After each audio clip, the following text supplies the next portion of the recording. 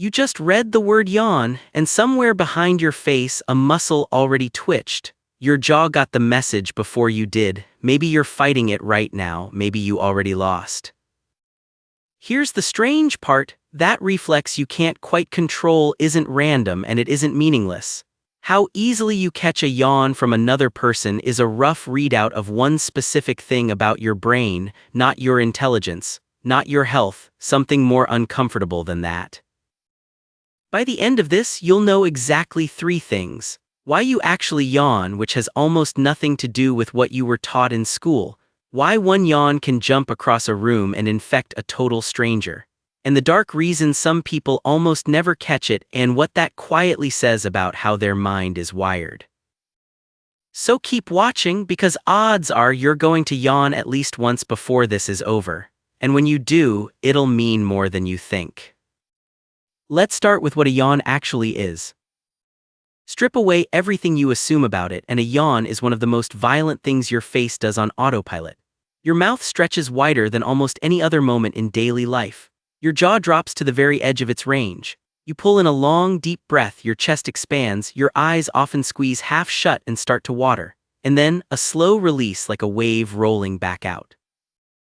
The whole thing lasts about 6 seconds. 6 seconds on average every single time. It's so consistent that researchers can practically set a clock by it. And often it doesn't travel alone. A big yawn drags a full body stretch along with it. Your arms fly up, your back arches, your whole frame pulls tight for a moment. That combo, the yawn and the stretch fused together, is so common it has its own name. Pandiculation. Watch a cat get up from a nap and you'll see the purest version of it. You do the exact same thing every morning without ever being taught the choreography. And those watering eyes, that's not emotion. When your face muscles clench during a yawn, they physically squeeze the tear glands sitting right there under your skin. The tears get pushed out. Your body is basically wringing out a sponge by accident. Here's the first thing that should really stop you though. You didn't learn any of this. Nobody taught you. You were already doing it before you were born. Ultrasound studies have caught fetuses yawning in the womb as early as 11-12 weeks in. A face the size of a grape, floating in the dark, mouth stretching open in that exact same pattern you'll use for the rest of your life. Think about that for a second. Before your lungs had ever touched air, before you had eyes that could see, before you had a single memory, a single thought, a single word, you were yawning. It's older than your personality. It's baked in at the factory. And it's not just you, it's not just humans. Cats yawn, dogs yawn, snakes yawn, fish yawn, birds yawn. Some of these animals split off from our branch of the tree of life hundreds of millions of years ago, and they still do the same strange stretch. Which tells you something important. A yawn isn't a habit, it's not a quirk. It's ancient hardware running in almost everything with a backbone. So the real question isn't whether you yawn, everything yawns. The question is why, and this is where almost everyone gets it wrong. Let's kill the biggest myth first. Ask 10 people why we yawn and 9 of them will tell you the same thing. Oxygen. Your body's low on oxygen, so you yawn to suck in a big gulp of air and wake yourself up. You've heard it, maybe you've said it, it feels obvious, it feels true. It's wrong. A researcher named Robert Provin spent actual years, studying this one boring little reflex that nobody else took seriously. And he did the experiment that should have settled it decades ago. He had people breathe air with extra oxygen packed into it. If the oxygen theory were right, they should have yawned less. They didn't. Then he had them breathe air with extra carbon dioxide, the stuff that's supposed to make you feel starved for air. If the theory were right, they should have yawned more. They didn't. The oxygen story just fell apart. Your yawn doesn't care how much oxygen is in the room. You're not gasping for air, you never were. Provin found something else too, something that makes a yawn even weirder. Once it starts, you can't stop it. Try it next time. You can feel a yawn coming, you can clamp your jaw shut and refuse, and the thing fights you anyway. Your eyes still water, your throat still flexes. You get this strained, trapped little half yawn that feels almost worse than just letting it out. A yawn is like a sneeze. Once the program runs, it runs to the end, whether you like it or not. And I know what you're thinking. If it's not oxygen, then why do I always yawn when I'm tired or bored or trapped in a meeting that should have been an email? Fair question, because that part is real. You do yawn more when you're sleepy. You do yawn more when you're bored out of your skull. But you also yawn in the exact opposite situation, and that's the clue everyone misses. Athletes yawn right before they compete. Paratroopers yawn before they jump out of a plane. Musicians yawn in the wings before they walk on stage. That's not boredom. That's the most keyed-up, adrenaline-soaked moment of their lives, and they're yawning like they just woke up from a nap. Bored and terrified, half asleep and wide awake. What could those two things possibly have in common? What is your brain actually doing in both of those moments? Let's talk about why you really yawn. The best answer we have right now, and it's a good one, is that a yawn is your brain's cooling system, a radiator for the thing inside your skull. Here's the idea. Your brain is a tiny furnace. It's about 2% of your body weight, but it burns roughly 20% of your energy. All that activity throws off heat and your brain is fussy. It works best in a narrow temperature window. Let it run a little too hot and everything gets sluggish: your focus, your reaction time, your ability to stay sharp. So what cools it down? That giant yawn. When you stretch your jaw that wide, you crank open the blood flow in your face and skull, almost like popping the hood on an overheating car. And that deep pull of cooler outside air rushes past all those blood vessels, dropping the temperature of the blood heading straight up into your brain. You're not gulping oxygen, you're running the air conditioning. This is Andrew Gallup's work, and the details are genuinely fun. When is your brain warmest and most likely to overheat? Right when you're getting drowsy and right when you're stressed and firing on all cylinders. Sleepy and stressed, the exact two situations where you yawn most. The theory fits the mess perfectly. But here's the test that sells it. Gallup found that if you hold something cold against a person's forehead, cool their head down from the outside, they catch far fewer yawns. Warm it up and the yawns come flooding back. You can literally turn the reflex up and down with temperature like a dial. There's a second idea that rides right alongside the cooling one, and honestly they might be two halves of the same coin. Notice when yawns cluster: waking up, falling asleep, right before stress, right after it. Every one of those is a transition, a moment where your brain is shifting gears from one state to another. So some researchers think a yawn is a reset button, a hard gear shift for your level of alertness, a way to snap the brain out of one mode and into the next. And cooling might be exactly how it pulls that off. Drop the temperature, and the whole machine reboots a little sharper.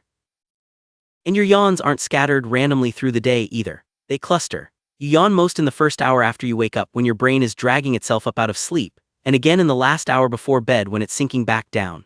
Two spikes bookending your day, sitting right on top of the two biggest gear changes your brain makes every 24 hours. That's not a coincidence. That's the reset button firing exactly when the machine switches modes. Once you know to look for it, you'll catch yourself doing it: a big morning yawn stretching you awake, a heavy evening one pulling you under. Same ancient program running twice a day, every day of your life. So a yawn isn't weakness. It isn't your body giving up. It's a hard reset. A splash of cold water on an overheating machine so you can keep going. Every time you yawn, you're tuning your own mind without even trying. Which is fascinating on its own, but it's still not the strange part, because everything I just described is a private job. Cooling your own brain has nothing to do with anyone else. So why on earth is it contagious? Let's talk about the contagion. Here's a fact that sounds made up, but you can test it on yourself right now. You don't need to see a yawn to catch one. Seeing someone yawn will do it, sure, but so will hearing a yawn in the dark. So will reading the word. So will just thinking about yawning. Which means, statistically, a chunk of you watching this have yawned in the last 2 minutes purely because I keep saying the word. Yawn. Yawning. There it goes again. I'm basically reaching through the screen and pulling on a string tied to your jaw, and there is very little you can do about it. In fact, let's make it a game. Try not to yawn for the rest of this video. Go ahead. Most people can't do it. The harder you fight it, the more your body seems to want it, and eventually you get that strained, clamped down half yawn we talked about leaking out the sides. And here's the flip side of that same coin. You can't fake a good one either. Go on, try to yawn on command right now, a big convincing one. It feels hollow, it looks hollow. Actors struggle with this constantly. A fake yawn reads as fake every time. The real ones hijack you from the outside. The fake ones you build yourself never quite fool anyone. Your body clearly knows the difference between a yawn that means something and one that doesn't. Sit with how weird all of this is. Most of your body has firewalls. You can't make someone else sneeze by describing a sneeze. You can't hand a stranger a stomachache with a sentence, but a yawn leaks. It crosses the gap between two separate people, through the eyes, through the ears, through nothing but a word on a screen. It's one of the only reflexes you have that another human being can trigger from the outside without touching you at all. Humans have always found this deeply unsettling, by the way. Long before anyone understood a scrap of the science, cultures around the world built superstitions around the yawn. Some believed your soul could slip out through your open mouth. Others thought evil spirits could climb in while it hung there. That's part of where covering your mouth comes from, not just politeness, but an ancient nervous instinct to guard a moment when your body does something you can't control. We've been spooked by our own yawns for thousands of years. So what's actually happening inside your head when a yawn jumps into you? Honestly, we're still mapping it. When researchers slide people into brain scanners and show them yawns, the areas that light up aren't some tidy little yawn button. They're the regions tied to understanding other people and to thinking about yourself, the social machinery. Some scientists point to mirror systems, the same wiring that makes you wince when you watch a stranger stub their toe. Others argue it's simpler and more automatic than that. The debate isn't settled, and I'm not going to pretend to you that it is, but every version points the same direction. Contagious yawning runs on the part of your brain built for other minds far below the level of choice. That's why willpower barely dents it. You're not deciding to catch a yawn. A much older system is deciding for you. And the contagion starts young, but not right away. And that little delay is where the whole mystery finally cracks open. Let's look at who doesn't catch it. Babies yawn? Of course they do. They were doing it in the womb. But here's the twist. For the first few years of life, babies almost never catch a yawn from someone else. You can sit across from a 2-year-old and yawn in their face all day and nothing happens. The contagion simply isn't there yet. It doesn't reliably switch on until around age 4 or 5. And that timing is not a coincidence, because 4 or 5 is exactly when something else comes online in a child's brain. It's when they start to truly grasp that other people have their own feelings, their own thoughts, their own inner world separate from their own. Psychologists have a name for that leap, and catching yawns shows up at almost the very same moment. Now here's the part that gives it away. There are people whose brains process other minds differently, and researchers notice something. On average, children on the autism spectrum, who often experience social and emotional cues in their own distinct way, tend to catch fewer contagious yawns than other kids. Not zero, not none, just noticeably fewer. And it fades at the other end of life too.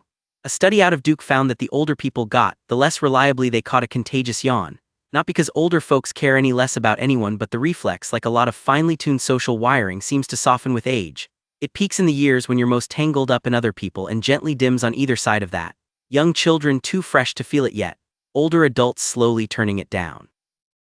And a bright, sharp window in the middle, running at full strength, the same stretch of life you spend most wrapped up in other human beings.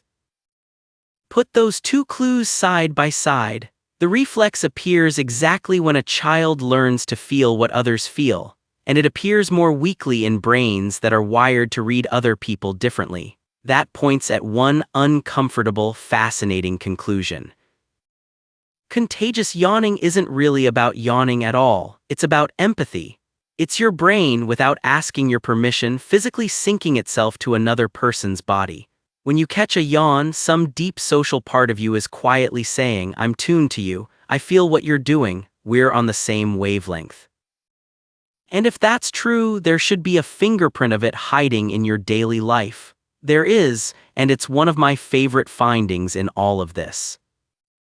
A pair of researchers, Norcia and Palagi, spent a full year quietly logging real yawns among real people who yawned and who caught it from whom, and the contagion was not equal, not even close. It mapped almost perfectly onto the shape of people's relationships. You are most likely to catch a yawn from family, then from your close friends, then from acquaintances, and least of all from total strangers. Read that again because it's wild. The closer someone is to your heart, the faster and stronger their yawn jumps into your body. Emotional distance and yawn distance are the same distance. Your reflex knows who you love. It's quietly measuring your relationships and you never even noticed. So if catching a yawn is a little flare of empathy firing off, the strongest for the people you're closest to, then a darker question writes itself. What about the people who don't catch it at all? Let's talk about the dark part. In 2015, researchers at Baylor University decided to test this head-on. They gathered a large group of people and did two things. First, they measured contagious yawning, how easily each person caught a yawn in a controlled setting. Second, they ran everyone through a personality assessment that scores traits linked to psychopathy, cold-heartedness, a thin, shallow emotional life, the kind of person who understands your feelings just fine but doesn't actually feel them with you.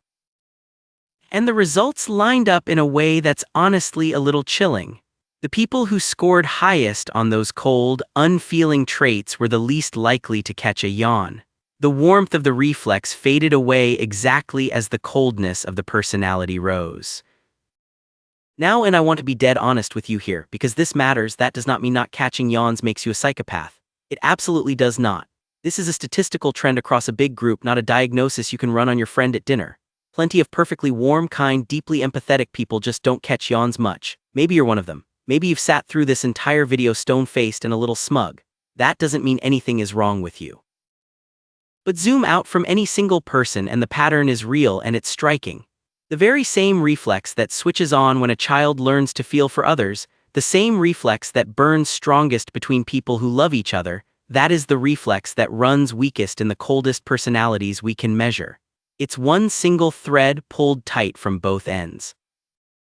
So that little tug on your jaw when someone across the room yawns, that involuntary, faintly annoying urge you can't fully shut off, that's not a glitch, that's a signal firing. It's the oldest, quietest proof that your brain is built to lock onto other people. Most of you have it, you're feeling it right now, and that is a good thing. To really understand why we're wired like this, we have to leave humans behind for a minute. Let's bring in the animals. Because you are not the only creature that catches yawns, and the list of who does is the biggest clue of all. Chimpanzees catch yawns from each other. Watch a troop long enough and you'll see one yawn ripple through the group ape to ape exactly like it does at a boring meeting. Wolves do it, some monkeys do it, even birds do it. Budgerigars, those little pet parakeets, were the first birds ever shown to catch yawns from one another. And here's the one that'll get you. Your dog does it too. Yes, that one, the one asleep on the couch behind you. In a 2008 study, researchers yawned in front of dogs and the dogs yawned back. Real, contagious yawning jumping clean across species from human to animal. But it gets better. Dogs are more likely to catch a yawn from their own owner than from a stranger. The closer the bond, the stronger the pull, the exact same relationship gradient we just saw in people. Your dog doesn't only catch your yawns. Your dog catches your yawns more than anyone else's on Earth because it's tuned to you specifically. And it's not just about rest. Watch a pride of lions and you'll see yawns ripple through them right before the whole group gets up and moves together like a signal passing down a line. One yawns, then another, and then they rise as one. The yawn syncs their bodies so the group acts as a single unit. Notice the pattern in who makes this list. Chimps, wolves, dogs, lions, humans, these aren't loners. These are the social animals, the species that live in tight groups that hunt together, sleep in a pile, raise their young as a team, and survive or die based on how well the group holds together. The more social and bonded a species is, the more its yawns spread. Though it's worth being honest with you about the edges. Scientists are still arguing over the details. A few social species don't show it clearly and a handful of surprising ones might. The map isn't finished, but the center of it is rock solid. The tightly bonded, group-living animals are the ones passing yawns around the room. The loners mostly aren't. That is not an accident. That is the whole answer hiding in plain sight. Let's ask why evolution built this. Picture a group of early humans long before cities, before farms, before language as you know it. A small band, maybe a couple dozen people living out in the open. No walls, no locks, no one on watch but each other. Your survival that night depends entirely on the group staying coordinated, resting together, staying alert together, moving together. Now a single yawn spreads through that group as darkness falls. One person's brain starts cooling and settling toward rest, and that signal quietly ripples outward, and one by one the whole band begins to sink. Their alertness drifts down together. Their bodies drop toward sleep at the same time instead of one person passing out while everyone else is still wired and restless. A yawn in that world is a message with no words. It's a group of bodies whispering to each other, same state, same rhythm together. It kept the band in sync when being out of sync could get you killed. And rest wasn't the only thing that needed syncing. Think about danger. A band scattered across a dozen different states, some drowsy, some alert, some already half asleep, is a band that's easy to pick off in the dark. But a group whose alertness rises and falls together is a group that guards itself like a single animal. Some researchers think that's part of the story too, that spreading a yawn synced not just when the group rested, but how alert it stayed minute to minute. One body's state bleeding quietly into the next until the whole group shared one rhythm. When your ancestors had no words for get ready or settle down, a reflex that copied itself from person to person did the talking for them. And that's why it never fully leaves you. That's why you can't just decide not to catch one. It's not running on the polite, thinking, modern part of your brain, the part that knows you're safe on your couch. It's running on the old part, the part that still thinks you're out in the dark with your people and staying in sync with them is life or death. This isn't a flaw in your wiring. This isn't a leftover piece of junk. This is one of the oldest social tools your species ever owned, still humming away under everything you do. So let's come all the way back around to that yawn you've been fighting this entire time. It's not a sign you're tired of this, it's not a sign your body needs air, and it's definitely not nothing. It's a reflex older than your species, older than your face, that cools your overheating brain, and when it jumps from someone else into you, proves that your mind is quietly, constantly reaching out to lock onto the minds around you. The people who catch it easily aren't weak. They're wired for each other. That pull you feel to mirror a stranger's yawn is the same ancient thread that let a band of humans survive the night by staying in sync.